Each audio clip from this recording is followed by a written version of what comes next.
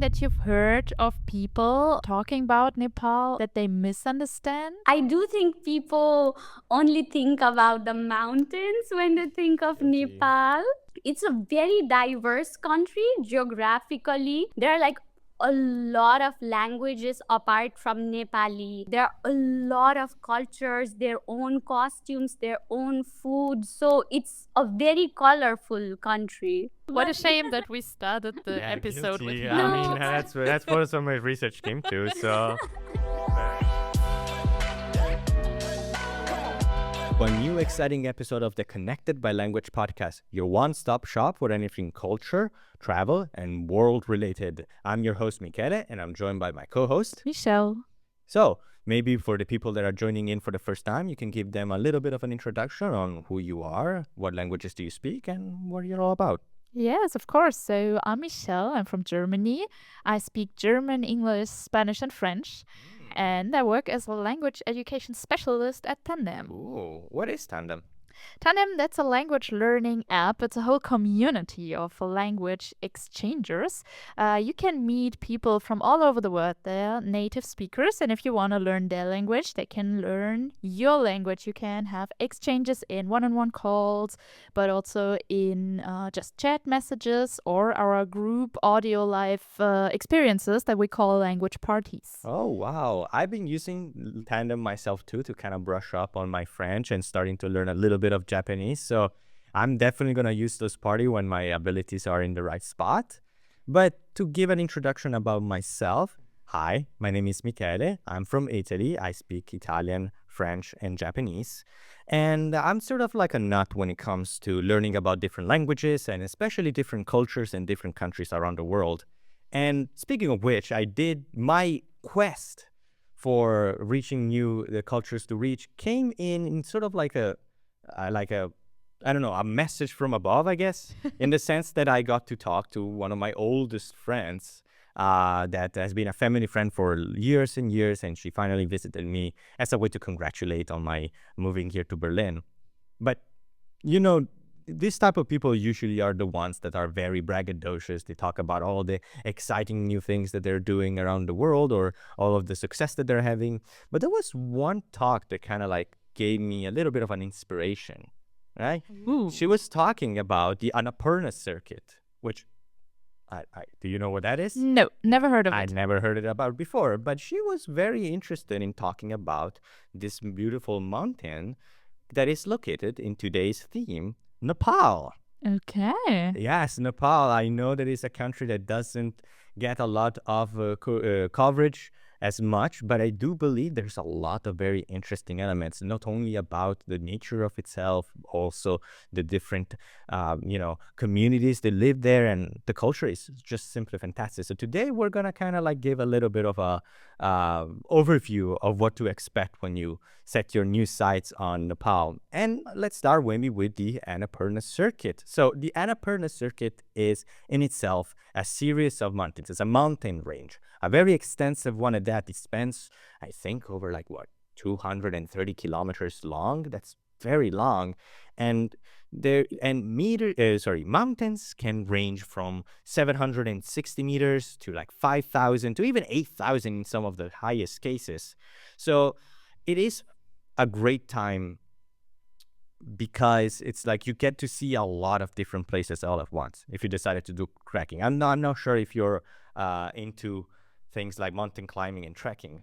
Well, I do trekking sometimes, but never like mountain climbing like you just described. Like, why would somebody take on that challenge? Well, the reason is because you get to see a lot of different communities into one singular place. You get to see things from the Hindu lowlands to the Buddhist Tibetan highlands, and it's just a great way to showcase such diverse landscape. You can see things like prayer flags, you can see sacred rivers, you can see these things called the stone stupas, which are like these stone buildings made for prayers, and you can also see these mani walls, which are like this pretty a robust stone building with mantras on top of it, and it's kind of like your adventure trying to discover them. We're going to talk about the mani walls later for a little bit of a fun fact about them, but for now, just rest assured that if you decide to take on this challenge of taking these mountains and this exploration head on, you're going to have a lot of fun discovering all of the different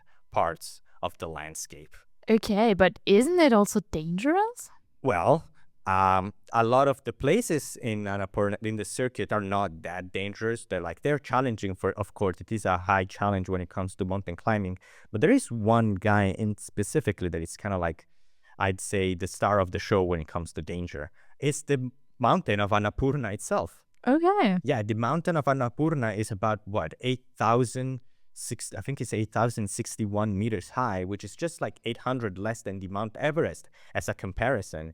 Wow. Yeah, and for what I've read, because this place doesn't really get a lot of coverage when it comes to people actually climbing it, it's one of the deadliest mountains in the world as well. Yeah, and a lot of mountain climbers do not recommend you go through Annapurna, but it's kind of like a symbol of of an ego check.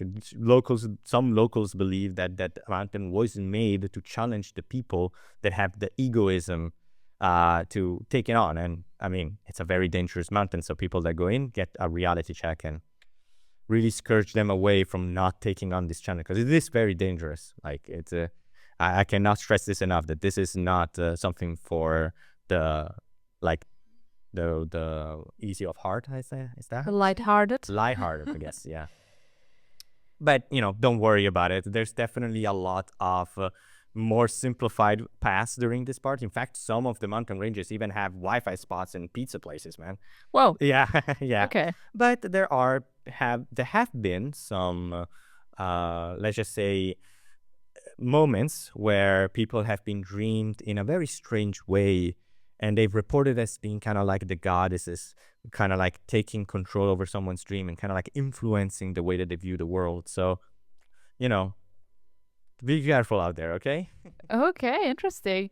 Actually, that reminds me a bit of the Nepali philosophy too. really? Because this is like a mixture of several beliefs from Hinduism to Buddhism to Tibetan and shamanic beliefs. Oh, I see. And it's not only a belief system, but also it's embedded in the daily life Oh, okay. in What Nepal. ways? So the idea is that humans and animals and the nature, they're all living beings, and they're all interdependent. Oh. So Okay. this means if you cause harm to some of these like animals or nature, this will have consequences. So some of you might know this concept of karma. So it's I kind see. of what you do will have consequences, and it might come back to you if you harm something or somebody. And then there's also this concept that nothing is permanent, which is called anika. So these two concepts are like lead to people in Nepal that they're like a bit calmer when it comes to the highs and the lows of life. And it's quite interesting because also, especially rivers, mountains, and trees are believed to be alive. Oh, I see. So they're like the homes of spirits and divine forces. And it's not that you can conquer nature, but you coexist with it.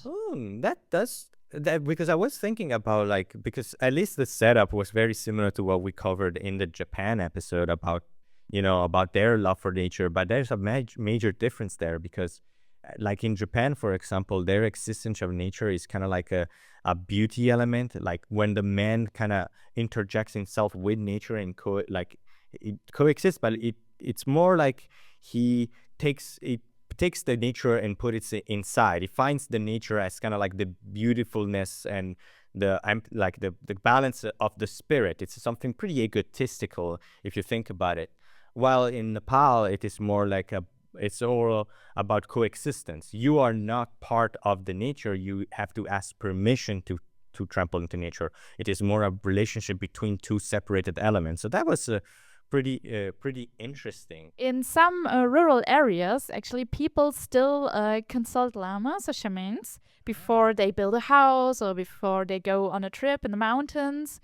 And then if the answer is that it's not safe to go there, then they won't do it. But like it's so interesting to see how they take this like spirituality into day-to-day life, because I think that one of the like most prime examples of how these two elements coexist is in the form of holidays, which is something that I found out that Nepali holidays are very interesting.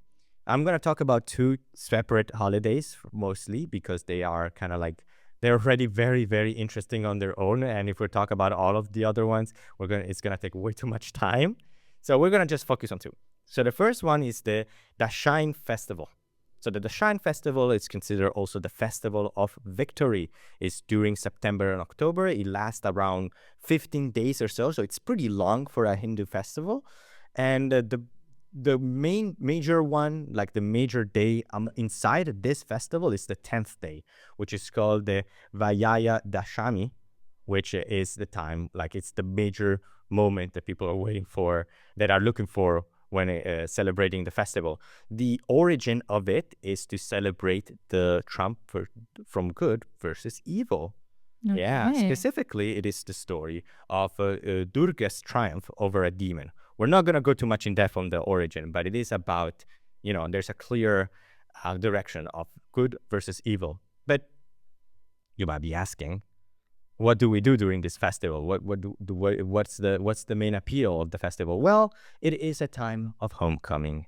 You go back to your family and you receive this like seal on your forehead called atika. This one is red, but there's also other variants depending on different times of the year. And you also get blessings from elders. So it's time for you to kind of like go back and like recharge in a way. In fact, a lot of people in Nepal kind of take this moment as kind of like a reset button, where even if there are things that are outside of spiritual things like depth, for example, or maybe something like a relationship that you want to kind of like get in touch, or simply like getting yourself a New Year's revolution, a New Year's resolution, kind of like this is the moment where it's time to reset and start from zero and like, take things to the next level, for example. The second one that appears like, I'd say 5 days after the Dashain festival is the Tihar festival. And this festival is very interesting. So interesting, in fact, that I kind of have a little bit of a challenge for you. Okay. Yeah, get ready. So Yes. usually this is 5 days. Yeah. And the great thing about the Tihar festival is that each of these 5 days, a new element gets like worshipped. Each element represents a certain part of Nepali everyday life. And I'm going to give you the challenge to find out which animal am I referring to, because the main theme of this festival is worshipping animals. Now, let's start with the first question. So the first day is the day about the messengers, okay? Do you think that this day is about doves or crows? Well, I would think doves. I'm sorry to hear that. No, it is not the doves, it is the crow. The Kag Tihar, also known as the Crow Day, is the day where you celebrate the messengers of the nature, and during this time you feed them, you take good care of them, you just simply let them live their life. So it is the first day about messengers and crows. Let's go to day 2. So for now you're 0 to 1, but I'm sure you can figure out the next ones. So the day 2 is about loyalty. Okay. Ready? So is the day 2 of the Tihar celebration about dogs or monkeys? Well, I guess usually dogs are considered loyal animals. Yeah, you got that one right. Yes, it is about dogs, and it's a very cute time also for touristy areas, because a lot of places in Nepal start like mass feeding the dogs, and it's so cute because they're all everywhere and everybody's happy. And look, who doesn't love some cute puppies to get to feed them? Like, I would go and feed some cute puppies too. So I don't like, it's such a very nice time of year.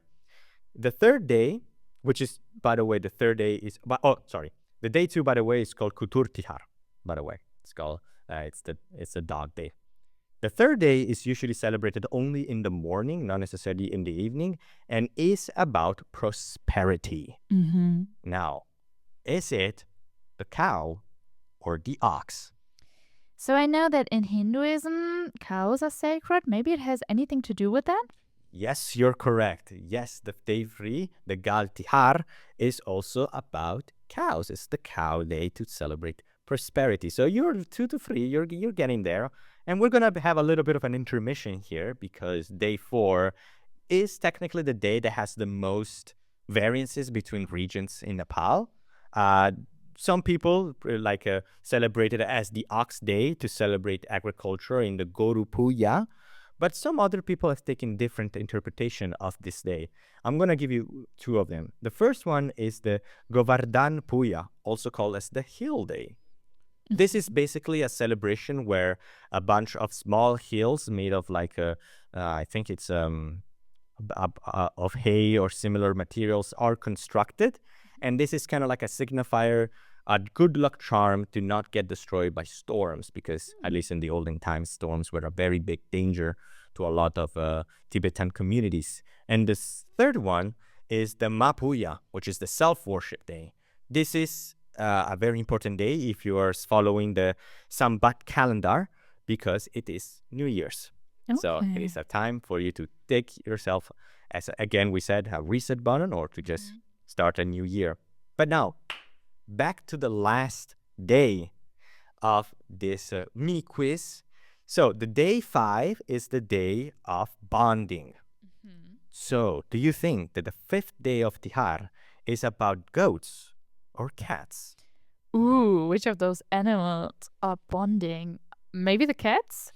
Well, I'm going to be 100% honest with you. This was a little bit of a trick question because it's about neither.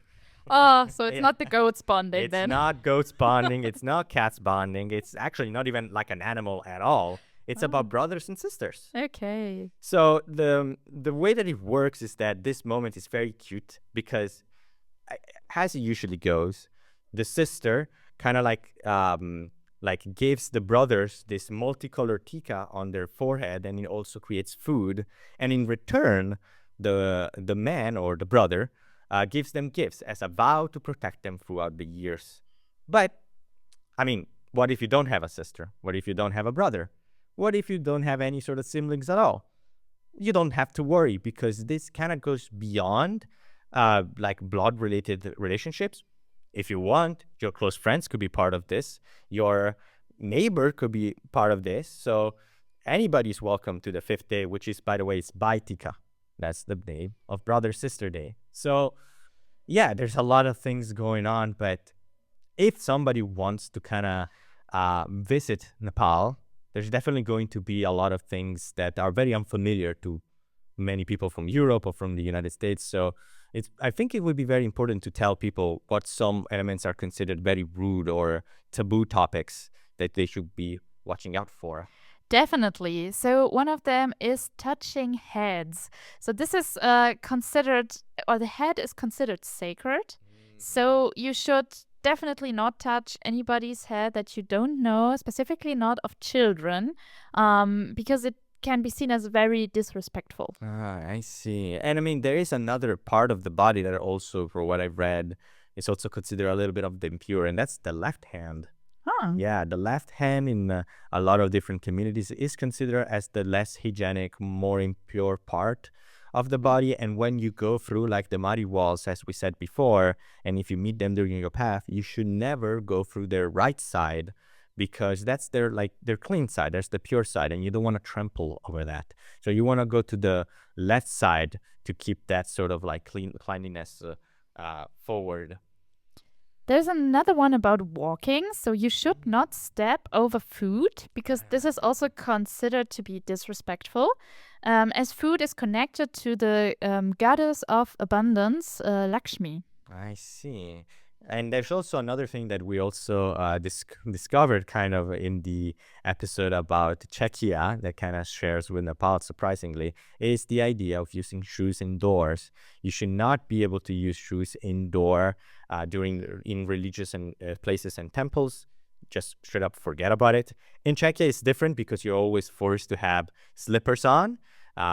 But yeah, it's a very interesting comparison between the two, that have the same sort of like attention to what you wear inside certain places. Because like I say, in Italy, I don't even know if in Italy there's that many rules when it comes to what you put in, like when you come in the house and what you should wear. Like, yeah, of course it's better to, have slippers on, but that's more for hygienic reasons, not necessarily about cultural elements. Like if one day you want to come in with shoes, whatever. I don't know if it's in Germany, it's like this as well.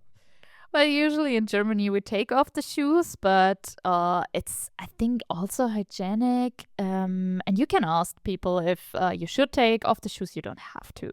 So it's not okay. that big of a rule, I would say. I see. That's interesting. But yeah, it's a cultural thing. And also, as all these taboos are very cultural, like they're connected to this cosmic balance I was talking about earlier.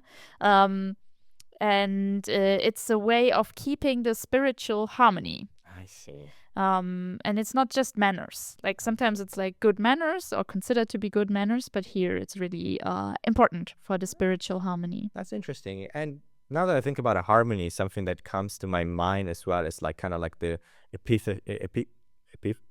No.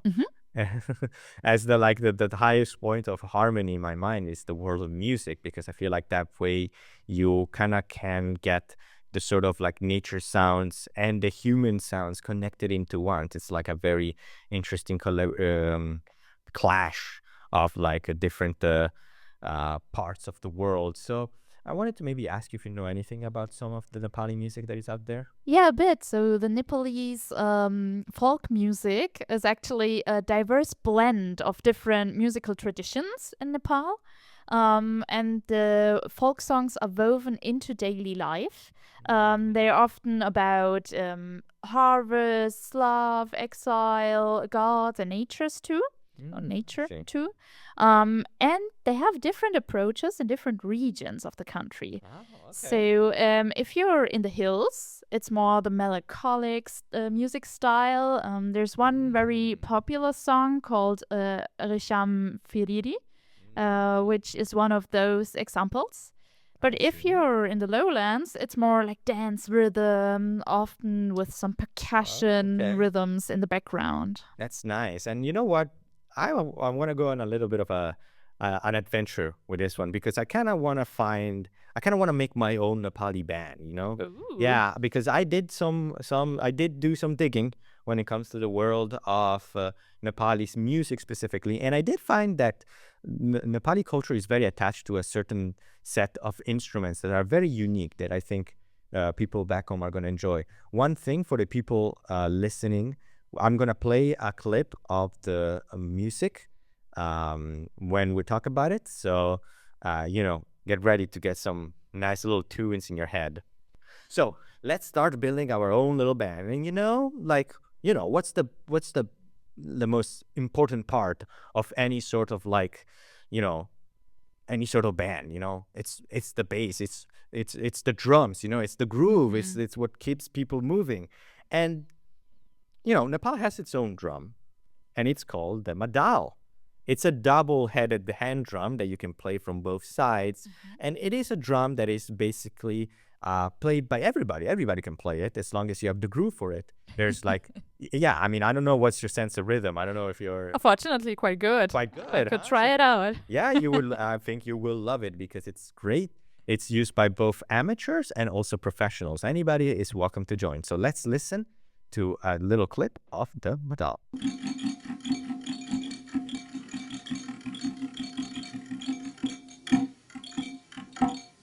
Now that we have our little groove going, how about we go for something like something more stringy, And I did find something very interesting in the form of the sarangi.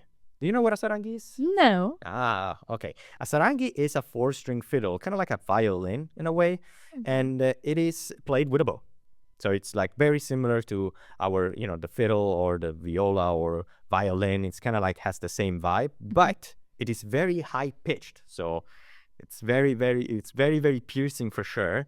And it also has a very interesting origin story. Okay. Since this instrument is very emotional in tone, it was used by the Gaine. These traditional traveling musicians were going all around talking about tales, story, and folk ballads using this very like melancholic but at the same time high pitched instrument. So let's listen to some sarangi.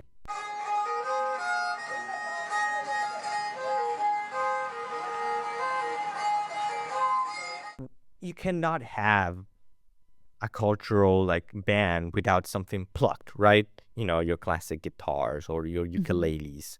But in Nepal, there's a very special one. Okay, which one is it? Yeah, it's called the tungna. I don't know if I pronounce it correctly because in my Italian brain would go to tugna because it has a GN in it. But let's hope that I said it correctly. So the tungna is a plucked instrument. But a very interesting thing about this plucked instrument is that it's carved from a single piece of wood. One. There's no like different parts. It's just take one and boom, you now have a strict instrument.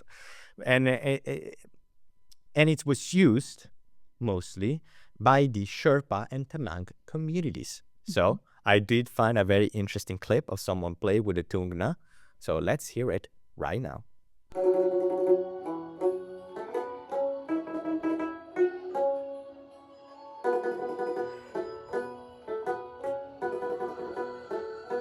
And the last thing, you cannot have an instrument, without something with your voice. Mm-hmm. I'm not talking about the voice specifically for singing. I'm talking something with breath. How about, a vocal instrument? The one that Nepal is known for is the bansuri. The bansuri is a bamboo flute, and it's using both classical and folk music. So it has a very wide range compared to the other instruments. And whenever it's used, whenever you're going to hear a song or like a melodies with it included, it can only mean one thing.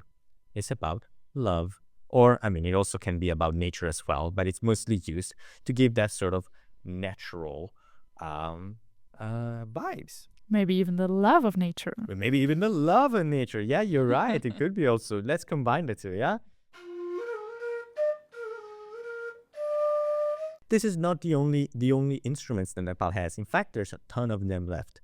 But there is one instrument that is interesting that I did find. It was called the shanka. The shanka, also called as the conch, is not necessarily used for music. In fact, it's kind of not a very useful sound for anything musical related. It's kind of like doing the opposite of music. It's kind of more to cleanse space and to ward off evil.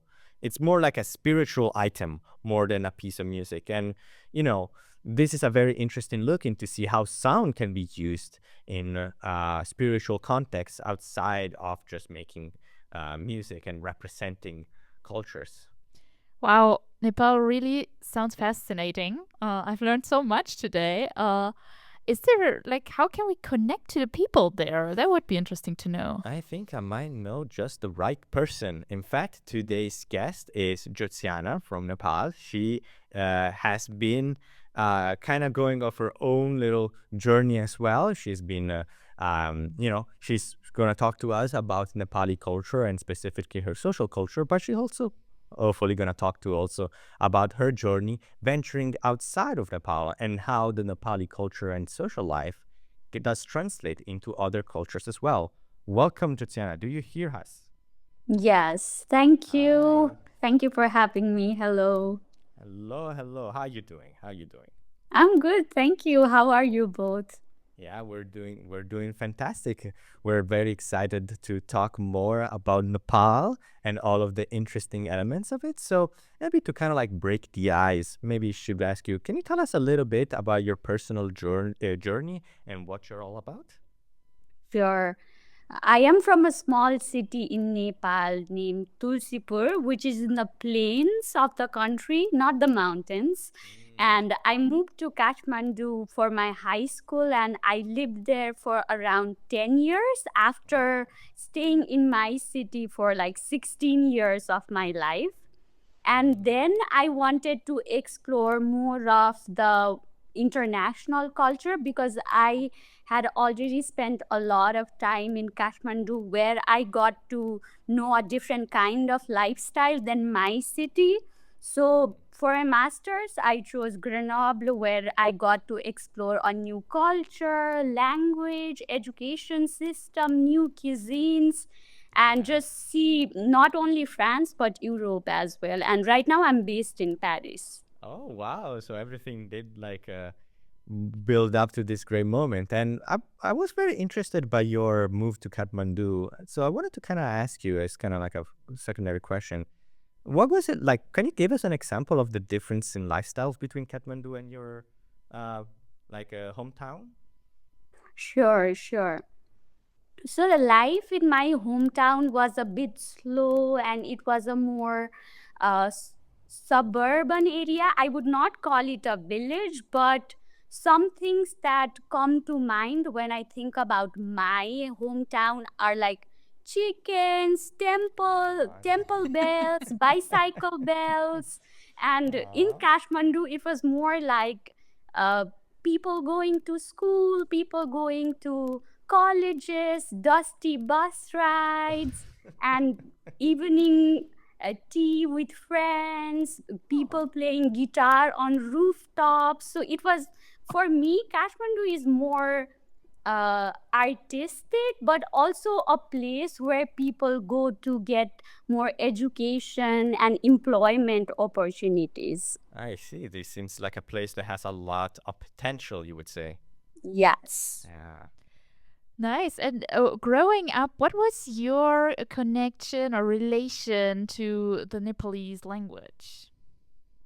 So even when I was a kid, I really loved reading, I loved music, I loved uh, everything about languages. Even like when I uh, heard someone say a new word or idioms, I was really curious about it and always very excited about it. And in my family, like my grandma loved saying these idioms and phrases whenever she's trying to be funny or if she's trying to give us a lesson. So I think uh, I've always had a very close relationship with the language, especially because I'm also interested in music, and I grew up listening to Nepali songs and even singing them even now. But wow, that sounds fantastic. And I'm very interested in knowing a lot about this idiom because my next question was about if you can give us some phrases and words that could impress a local or a native speaker.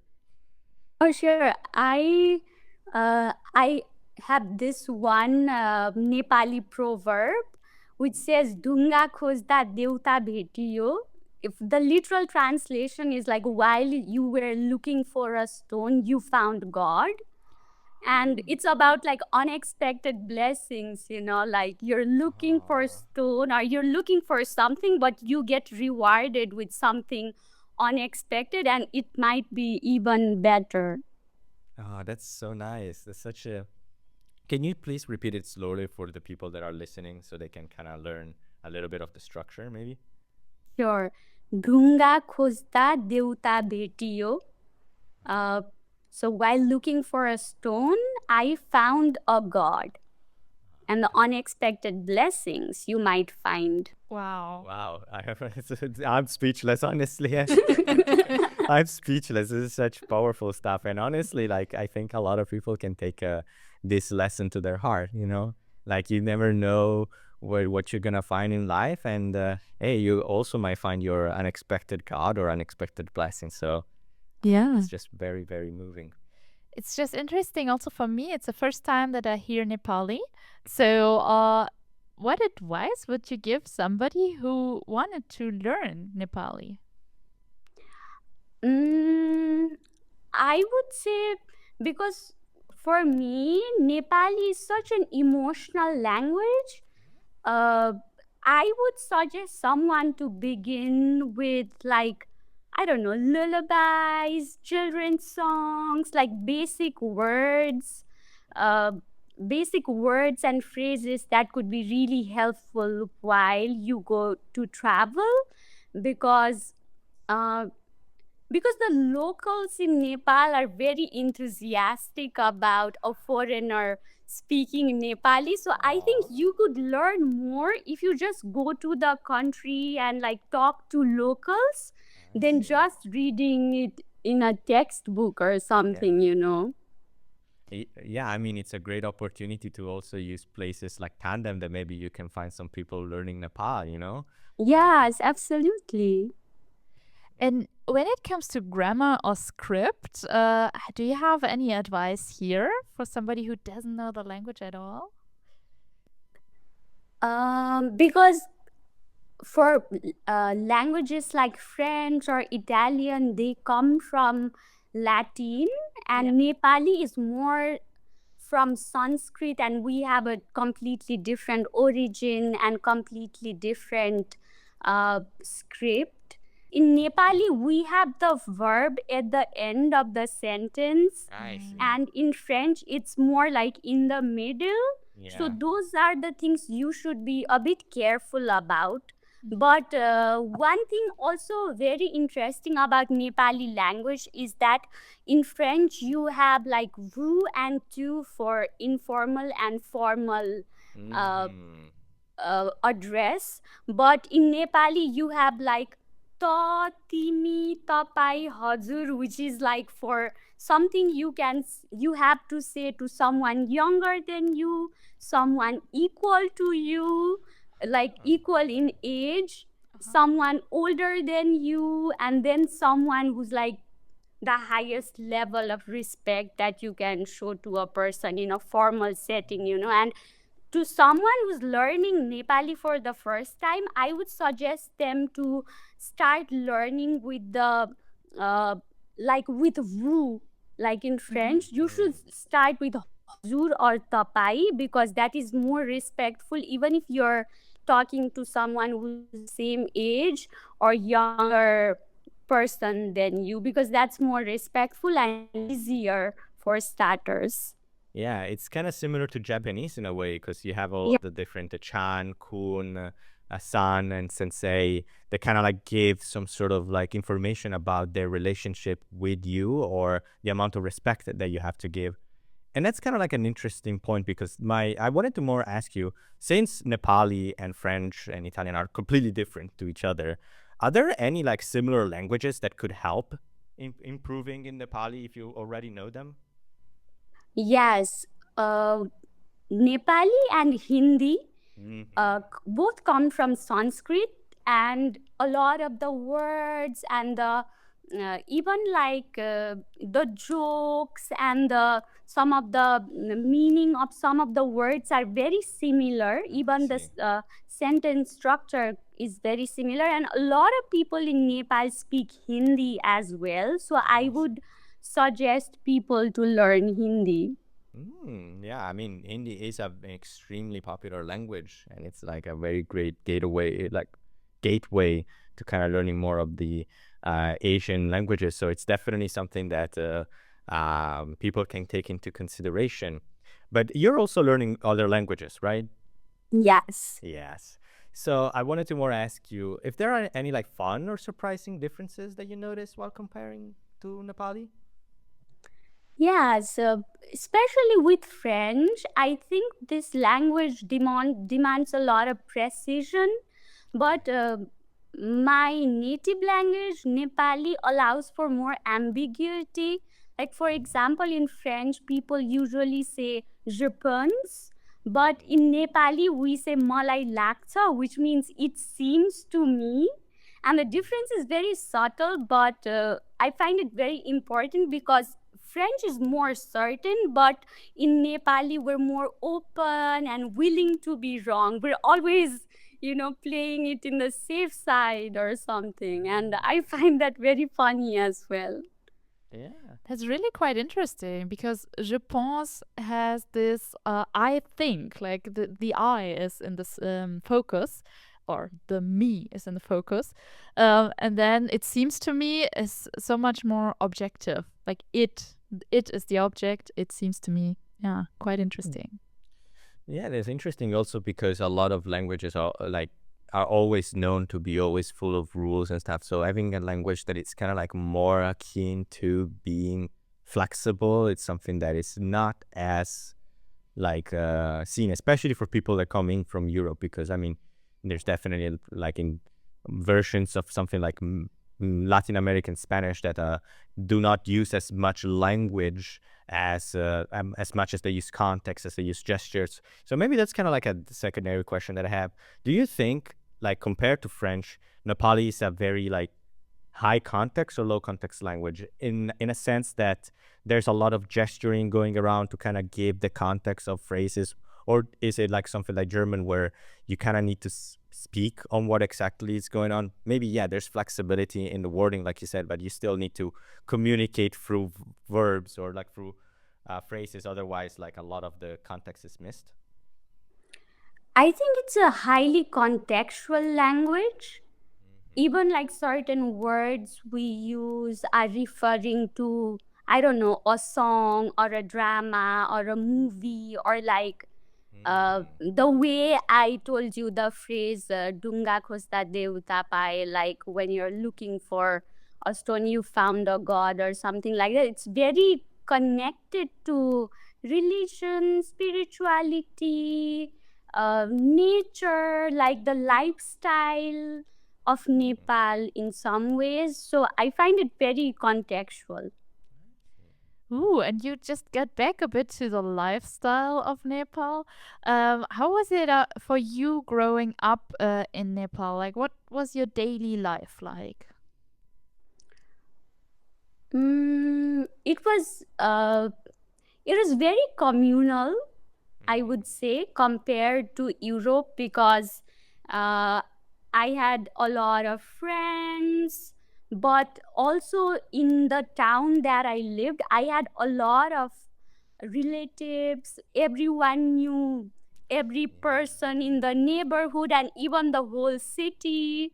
And I would say it was very collectivist, very communal, and my day to day life would be wake up, if that was the question, wake up, have tea, like have tea with family, and if I'm going to go out, I will have tea with my friends, Wow. and something like that.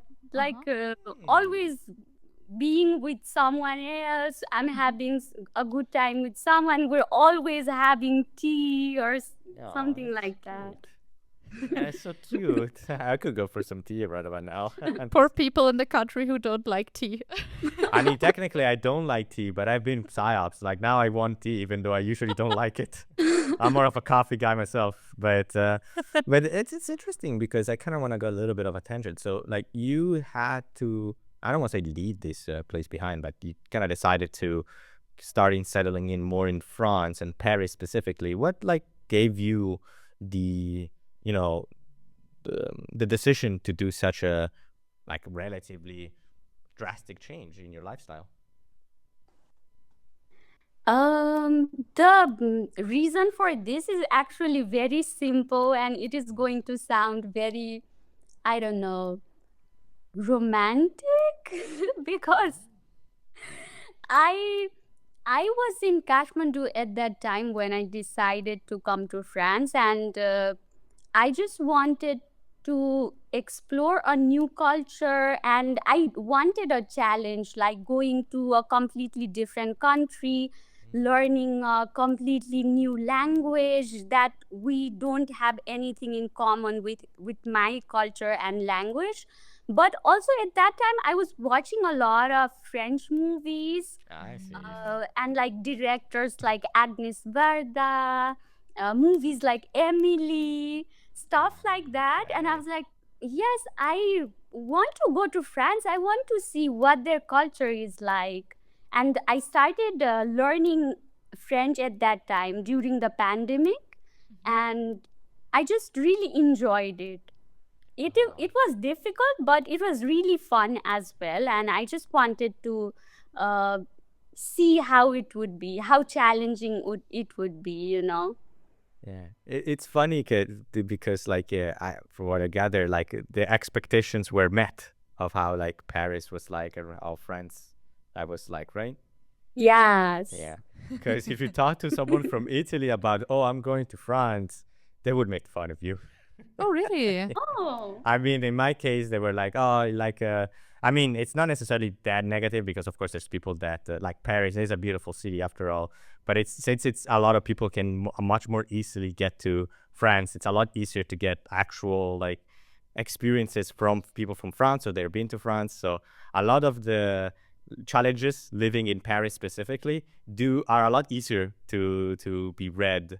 So sometimes people make fun of you because it's like Paris is this, Paris and that. But I mean, I also had my time in France specifically, and I personally loved it. Specifically, Lyon, not Paris. I don't have a lot of experience there, but in Lyon, I still find it one of the best cities in the world. So I also kind of got that little starstruck with Lyon, but for a place that I didn't know it existed before I moved to Grenoble. So it's kind of like a different interpretation. I did not get a lot of training to the world of France compared to you ladies. And coming back from these big cities like Paris to the mountain areas of Nepal, so it's like Nepal is famous for the mountains, and what does the mountain culture mean to somebody who is from there?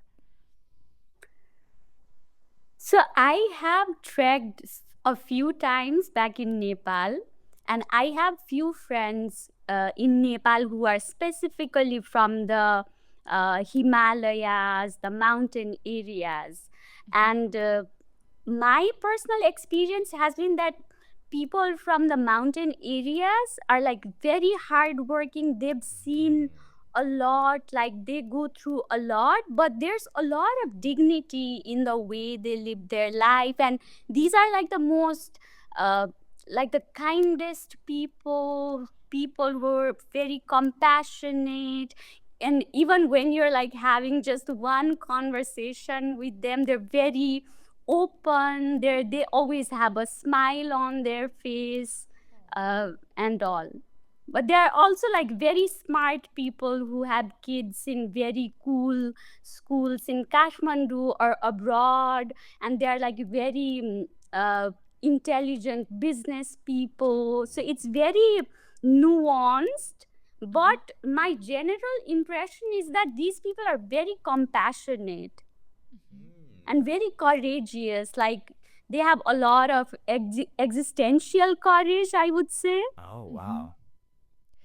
I mean, it makes sense if you're living in like some mountain areas. Like it's definitely not something that you can kind of breeze through. It's something pretty harsh elements, and you kind of develop this sort of like resilience and like compassion to the people that to the small community that you have, and to people that are trying to experience the same thing as you. So it is very interesting to see like the way that they take such, let's just say, it's not harsh environment, but like pretty dangerous elements. Like some of the mountains that I read were not super habitable, or like they're hard to live through. Like I have to admit. So Yeah. yeah. And you also just mentioned Kathmandu. So, do you have any memory that really captures the real Kathmandu, not like we see it in the travel guides? Sure. Personally, when I was in Kathmandu, I was in a lot of artistic spaces like theater, musicians, and cafes, gigs, and so on. So I would call it it's a very metropolitan place, and a place where people from uh, uh, countries all over the world come from. So it's like such a mix of cultures and languages, and like this exposure in Kathmandu is like very powerful. So I think you would find a lot of hip hop artists, feminist writers, and tech startups, stuff like that, which I don't think people think a lot about, but there is that part of Kathmandu as well. That's right. Like I wasn't thinking of Nepali hip hop. Now I gotta get tapped into that sort of scene. Hey, if you have some recommendation later, you can give me some links or stuff. Yeah, I'm very interested in seeing how it sounds because I mean I love hip hop as well. So it's like this is like a match made in heaven in a way. So but yeah, so like you seem to have a lot of like very nice memories of it. But we already did talk a little bit about some of your mantras or like some of the proverbs that you think. But is there like a life lesson from Nepal? Like it's a family or a tradition or environment that you carry on with you every day, even when you're abroad? This is a very simple one. I don't know how this is going to come across as, but in Nepal, usually people always ask you, "Did you eat? Did you eat?" So Heard of even it. yeah, so even before I thought it was like, why do we think so much about food? But now that I've lived abroad for such a long time, right now I literally think of food as medicine, as something that you really need to sustain, and how your gut health is related to your physical but also like your mental health. And uh, even with my friends from France or Italy, I always ask them, "Did you eat? Did you eat?" So it's like a way of saying I love you in Nepal, and I really love that now. I really feel it very spiritually in my heart. So I think I would carry that everywhere now. That's so nice. In Italy, most of the time will be the grandmas that tell you, "Did you eat?" Like the classic meme of like Yeah. you enter into a grandma's house, the first second is serve you like a bajillion kilos of pasta, be like, "Hey, you need to eat." But I guess outside of that, doesn't really have that much like a connection to side. In fact, I know a lot of people that would find food as an inconvenience at most. So it's very interesting to see. Like it's also very adorable. I'm sorry, it's very adorable to always say, "Oh, did you eat? Did you eat?" I'm gonna start saying too. And the thing is, I didn't eat a lot today. So thank you for asking. No, I know. I did accidentally made it too little food. So my lunch was very empty. I'm You guessing, should right? eat. You should Thank you. eat well, Michele. Your Thank you. nonna would be mad if you Yeah, did. she would. She would be very mad. I'm sorry, Nonna. I'm sorry. You also talked about the tea culture. Is it something you brought to other countries too? Yes, I did. And this is something I share in common with my Indian and Chinese friends as well. Like for us, it's not just a drink, it's a whole ritual.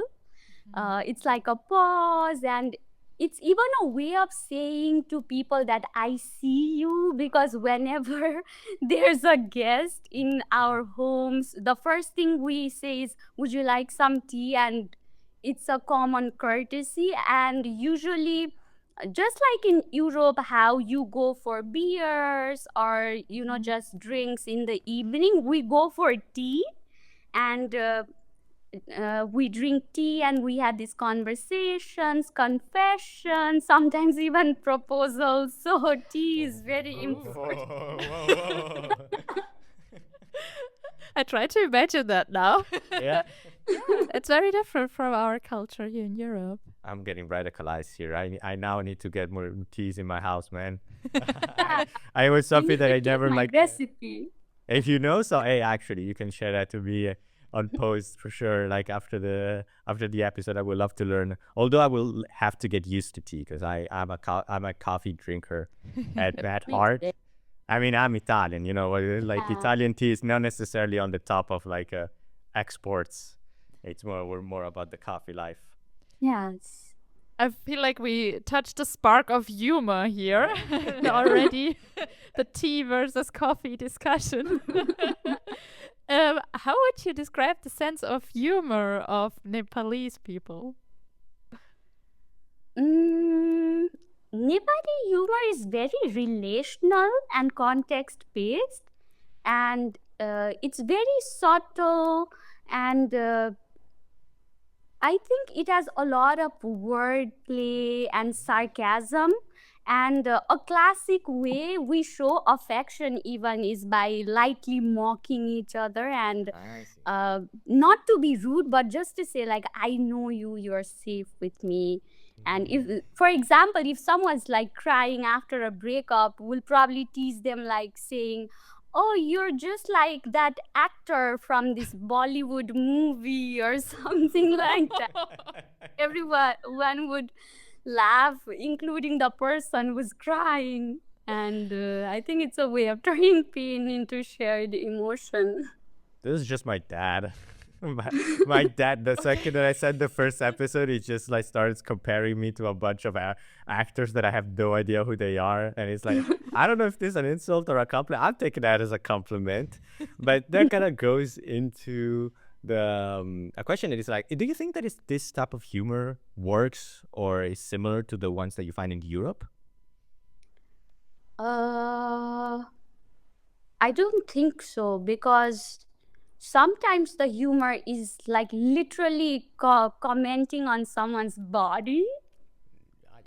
And I don't know if that would work well with someone from a different country, especially if you're not close friends with them yet.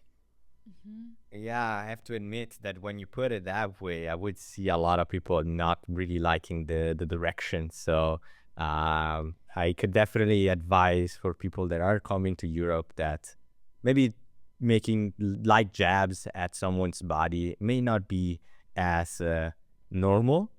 I mean, Yeah. maybe, of course, when you get close to them, you can tease them as much as you want. But the road to get to that level of teaseness is a lot longer than maybe other cultures might allow.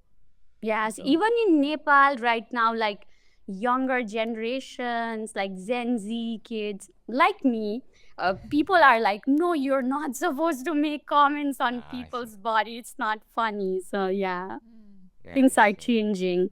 I mean, yeah, times are changing, and especially with the internet being as like widespread as much, like people are kind of getting a little bit of ideas from all over the place. So it's kind of making a little bit of a communal, kind of like its own type of culture, like internet culture. It's kind of becoming its own country, if you think about it. With its own little rules, it's its own little ways. It's interesting. And I, as someone that says on the internet for so, it's as you say, it would be chronically online.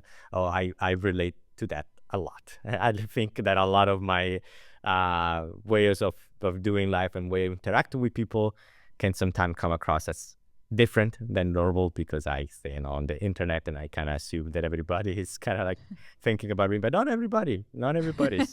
You quickly realize that. Yeah, like you just said, like cultures can clash here in humor. When it comes to communication styles, especially between English and Nepali, were there any funny situations or misunderstandings that you experienced so far?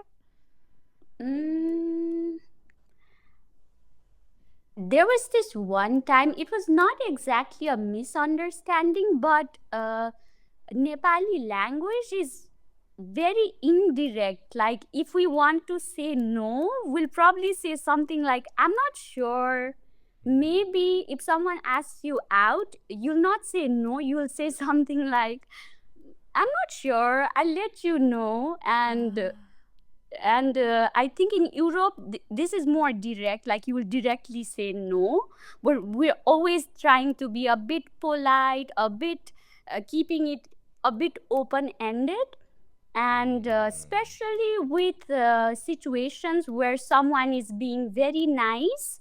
In Nepal, you usually tell them not to like do too much trouble, don't bother, please don't take too much on yourself. And this one time when I was doing an internship in Luxembourg, I had a French friend and we went on a hike in Luxembourg, and she told me she would drive me back to my home in her car. And I was like, no, please don't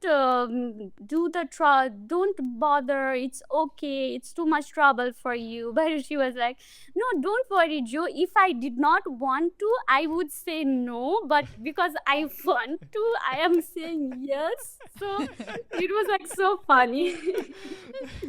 Yeah, very direct from her side and indirect from yours. Yeah, I can see where the culture clash is in here.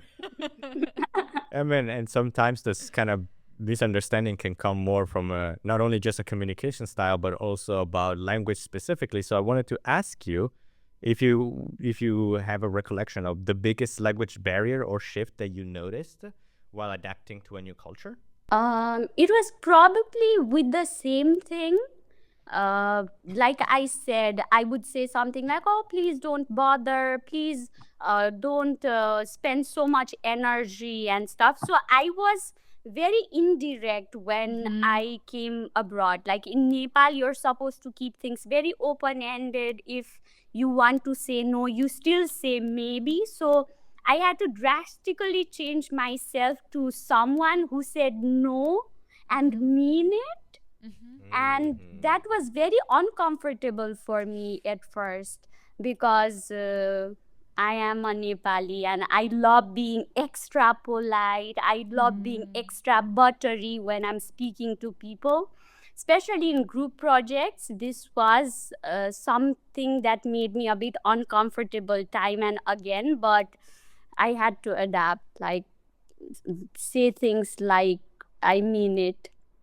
And now you already touched the topic of like group projects. Let's go a bit about, or let's talk a bit about the education in Nepal and abroad. Like, what was the education system like where you are from, and then what brought you to study abroad? So back in Nepal, education was more textbook focused, especially when I was in school till high school. It was more textbook focused, and the teachers just wanted to get through the courses, and there was not a big culture of like asking questions or being too curious. Like some teachers were very nice and they allowed students to ask questions, and I went to a business school, so most of my experience was that teachers were kind of uh, not very happy with questions. But I have friends who went to a art school like music or something, and the teachers love it when students ask questions. So when I came to France, it was completely different.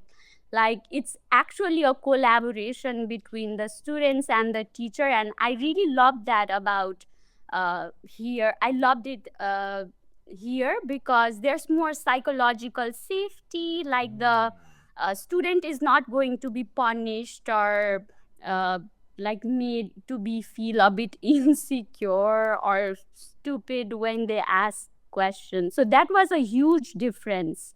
I see. Yeah, that's something that you don't really think about because, I mean, if you talk to somebody that is like a lot older, they might have like experience of being attacked with rulers on their hands and being punished. And nowadays, at least for the better, I think, there's a lot more emphasis on actually letting people learn through actual thought instead of being punished for showing something wrong that you're supposed to teach me that. Like, if I got it wrong, I don't want to say it's your fault, but, it's like punishing it. It's not going to make it better. It's just going to make me resent it in the future. So, yeah, it's very nice to kind of go through this new sort of more nuanced direction, I would say. Yes. What about the German education system? How do you think it was structured compared to like someone like Nepal, for example? Yeah, it's quite interesting because it depends a bit on the teacher or in higher education, the professor, if questions are allowed or if you're really doing group projects or it's very anonymous. So we have like the whole variety, I would say. We have different kind of schools, and there are some where you have more group projects, where you feel safer, where you can feel like you can ask any question. There's more interaction and a symbiosis between professors and the students, but then there are others where there's kind of an invisible wall between them and people just listen and teachers or professors are just speaking. So Because I would say, like in Italy right now, for example, if you're doing a university, it is not necessarily like that. It is more like a wall that you have to overcome. It's not necessarily that like you're gonna get punished for doing something wrong. It's just like this is the situation. You have to overcome it. You have no choices. If you cannot overcome it, you're out of the race. This is especially true if you're doing something in La Sapienza, which is the public Roman school. It's notoriously known for having a lot of entrance and very antiquated system that make it very difficult for people to kind of like learn things at their own pace. It is more like, this is the system that we use since the 1400s. Get used to it, especially if you're doing things like physics or chemistry or even law or literature. Like it's very antiquated, and there's nothing you can do about it. That's why people sometimes go to other schools that are more private, so they have more an ability to do other stuff. So, what about what comes after school is work. So, what about the work culture? How would you describe it in your home country? Maybe even if there is differences between the cities like Kathmandu or the rural areas. I think this is very nuanced, like company to company and city to city as well. I think in cities like Kathmandu, or there's another city like Pokhara, there's a bit of hustle culture, working multiple jobs or even freelancing on the side. And but there's also a laid back rhythm based on the company. There's a corporate culture, but there are also companies which are a bit more laid back. And in rural areas, the work culture is more shaped by the seasons, because a lot of people are engaged in agriculture, and people wake up with the sun, work the whole day, and there's no obsession with being busy, which you can find very commonly in Western cities. Like that was my grandmother's life. Like she used to wake up with the sun, she used to work in her field, and she just was her own boss. But in Kathmandu, it depends from city to cities and from company to company, and there's a bit of everything. Yeah, it's interesting because like it's always like there's always a lot of like when you compare like European country to European country, usually the type of work culture is always sort of established. Maybe, yeah, some companies might do things differently, but there's always some like through line that you can kind of attach yourself into. And in the case of Nepal being such a varied city and with so many different perspectives, it's very hard to take on kind of like that descriptive, and it's very refreshing, I have to admit. Like a lot of countries could take on from kind of having more opportunities to have multiple different types of experiences. So if you are starting a business, hey, keep that as note. And what would you think would prepare or Nepal prepares people for, especially maybe young professionals, for living and working abroad? I feel like Nepali people are very adaptable naturally, because usually there's always like in my case, I grew up in a smaller city, but I went to Kathmandu and I lived on my own. I studied, I worked, and I learned a lot about independence and independent living very early. So I think that is the case with most of the people in Nepal who go from a smaller city to somewhere like Kathmandu, and they learn to navigate many systems at once, like village traditions, and then they go into city trends and global pop culture all mixed together. So this teaches us a lot of flexibility as well as resilience. And also because Kathmandu is very open to international exposure as well. So you kind of get like the avenues that you can take and that you can follow, and like careers that you can build abroad. The idea of leaving house so early and learning to be independent so fast kind of like cuts me a little bit, because I know a lot of people back home that are the complete opposite of this. At least where I'm from, a lot of people like take the idea of taking the next step of being independent very slowly. And that adaptiveness sometimes can result into being a little bit on the stubborn side, especially when going abroad. Like if there's if there's like a culture that has, I think, the most minimal culture shocks whenever they go anywhere outside of their home country, would be, to me, Italy. Like they will talk nonstop, and I've talked nonstop about my own culture shocks. But I'm sort of like a kind of like an exception to a lot of rules, so I can't really speak on that much. But it cuts. It is this is like oof. I got a little bit of a whiff of home life after hearing that. Yeah, but I wanted to more ask you, since like you have experienced both abroad and Nepal, I wanted to more ask you, like, how would you describe the core values of Nepali culture compared to Western countries? It's definitely very communal. Everything is very focused on family, village. Uh, Even we have a saying like it takes a village to raise a child. It's very related to that, and I think the core values would be family.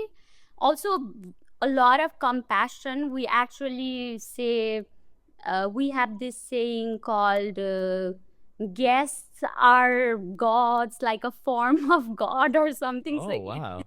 very Wait. important for us to be like very welcoming and kind to people.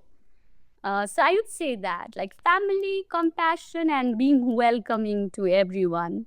And maybe for the people that are at home trying to maybe start learning Nepali, maybe you can tell us how to say those phrases in Nepali. You mean the words? The proverbs that you said about that it takes a village to raise a child, and that you if you what is it, like, if you're a guest, you have Oh. to be kind of like a god, you said, right? Oh, yes. We have a Sanskrit saying for this that we use in Nepal as well. It's Atithi Devo Bhava. Atithi means guest. Devo means God, and Bhava means uh, God. Guest is a form of God. Okay, interesting. Yeah, it's just like how I think you guys use a lot of phrases from Latin or something, and we have like a lot of phrases from Sanskrit that we just use. Yeah, I mean, I think anybody that is like that, especially when you're building your own community back home, you start to kind of like stockpile all of these phrases, and sometimes you make your own, sometimes you take them from generations, and sometimes they can get a little bit lost. So definitely a lot to remember. But this is like a great way to introduce the language of Nepali if you're interested in learning it. So that's very nice. Thank you.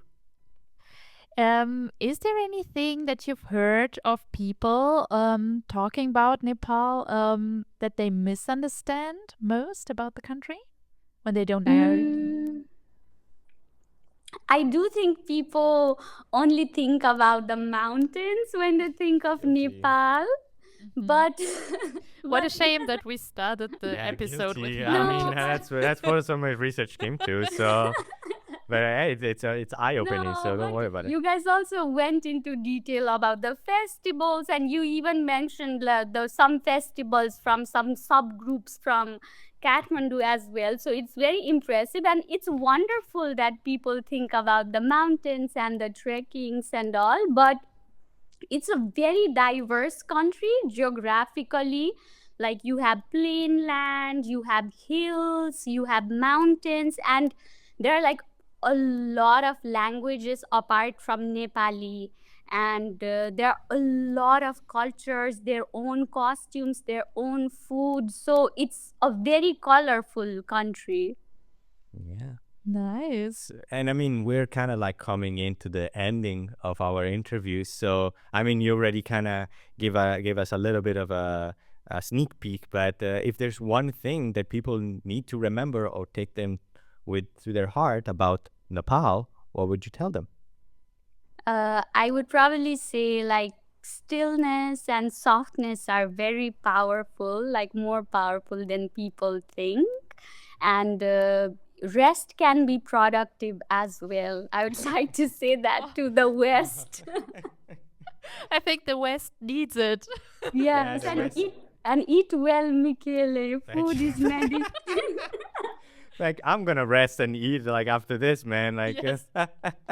so I mean, I think this could be a nice way to kind of say to that. Thank you so much, Jyotshana, for your amazing insight about Nepal. If there's anything that you want to ask, or maybe like you want to shout out, or some projects that you're working on, this is your great time to shout them out. I like sing. I do a lot of creative things through my Instagram. Like I just started doing that, like posting a lot of videos related to music and especially about having a creative outlet or a hobby. So people could check me out on Wallu Rolls on Instagram. I could send the name later. Yeah, you can send me the link, and I will link it on the description of the video, or also on Spotify, because there's also descriptions on Spotify now. But in general, thank you so much for joining our conversation, and thank you so much for the people at home to have seen this new exciting episode of the Connected by Language podcast. If you like the video, please like, and if you want to see more, just subscribe. I've been your host, Michele, and Michelle was here too. And before we end, though, I would like to give you a little bit of a bonus for the people listening at home. Usually we have a little musical outro that we have at the end, but I would like to maybe substitute it with this footage that I found of some very relaxing Nepali melodies. So just sit back and enjoy some nice relaxing songs from the mountains. So I guess we can see you on the next episode, right? Bye bye. Bye. Bye bye.